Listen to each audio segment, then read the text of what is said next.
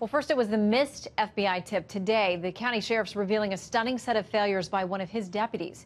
Joining me now with reaction, Henderson County, North Carolina Sheriff Charles Stewart McDonald, who was with the president today actually discussing possible solutions to the issue of school violence. Great to have you with us, Sheriff. Great to be here, Shannon. Okay, so let's go back to this revelation that we have now from Sheriff Israel down in Broward County saying there was a deputy. He was there, he set up, he took a position outside, but apparently, according to witnesses in video, he never went in. Here is what Sheriff Israel had to say about this. When the shooter was still inside the building? Yes, he was. And so what should he have done? Went in, addressed the killer, killed the killer. He says that's what should have happened with this deputy. It's hard for us to know what was happening in the chaos there. Sure. What's your take? I believe so. Deputies, officers now are trained to move to the threat and take care of the situation. It sounds to me, from what I'm seeing or hearing, that this was a officer who was totally overwhelmed by the stress of the situation, who evidently wasn't properly trained. Maybe they thought he was, but something happened that caused him to fail to do what is a very unnatural thing to do, and that is move towards a son of gunfire by yourself. But nonetheless, that's the oath he takes to do.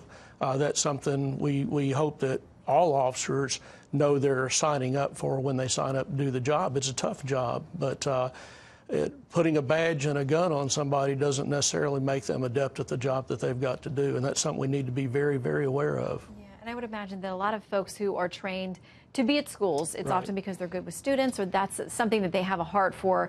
Most resource officers who go to school don't think this is something they're going to face. Now, all of them, I'm sure, are thinking about it every day when they walk in. Right. I think it's changed a lot.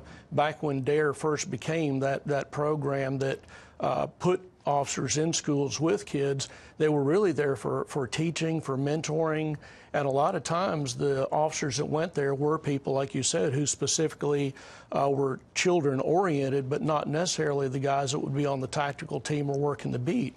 I'm not saying that was always the case, but that was a lot of it.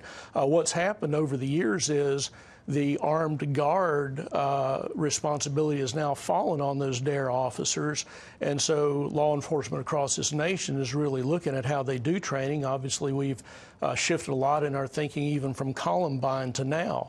But again, there needs to be a lot more put into the officers who do have that responsibility to know that they're not there just to mentor kids, that their job is a very dangerous one, and if it happens on their watch, they're usually there by themselves. Yeah, they often are. Okay, so let's talk about your meeting with the president today. He, in a tweet today, talked about all kinds of things, background checks, emphasis on mental health, raising the age potentially to 21 on long gun purchases, ending the sale of bump stocks. What did you talk about today that you thought may actually come to fruition and be helpful? One of the things I was really impressed with, I didn't want to show up to something that was just going to be a photo op, but I could tell by the caliber of the people that were around that table. They all had great ideas, and they all wanted to be there to help solve the problem. I can see that the president really, a lot of compassion for what's happened, but sees this momentum to make something happen positively. He was very open to the mental health issue, which I think is something that has been overlooked. That's very serious in this nation. I know it is in North Carolina. A lot of people fall through the cracks. We heard from the Attorney General Pam Bondi and the Commissioner with Kentucky State Police about some programs they had, fusion centers, gathering information, just a lot of good things going on. Then we heard from the mental health side, a lot of ideas they have that they'd like to see put in place too. The president was very adamant about arming the right kind of personnel within the school system. I'm one of the few people, I guess, that goes along with that. Again, it's not giving anybody a gun and hoping they'll do what they need to do, but it's training, vetting people very well. I like to say, you know, in the skies over this nation, we have armed passengers flying on aircraft all the time. They're called air marshals, and nobody knows exactly who they are or where they are. But the fact that they're there and they don't really stand out certainly has been a large contribution to the fact that we haven't had any hijacking since 9/11. Well, and they're the first person I look for when I get on the plane as well. And just knowing it's there does have a mental impact on how you view the conduct on that plane.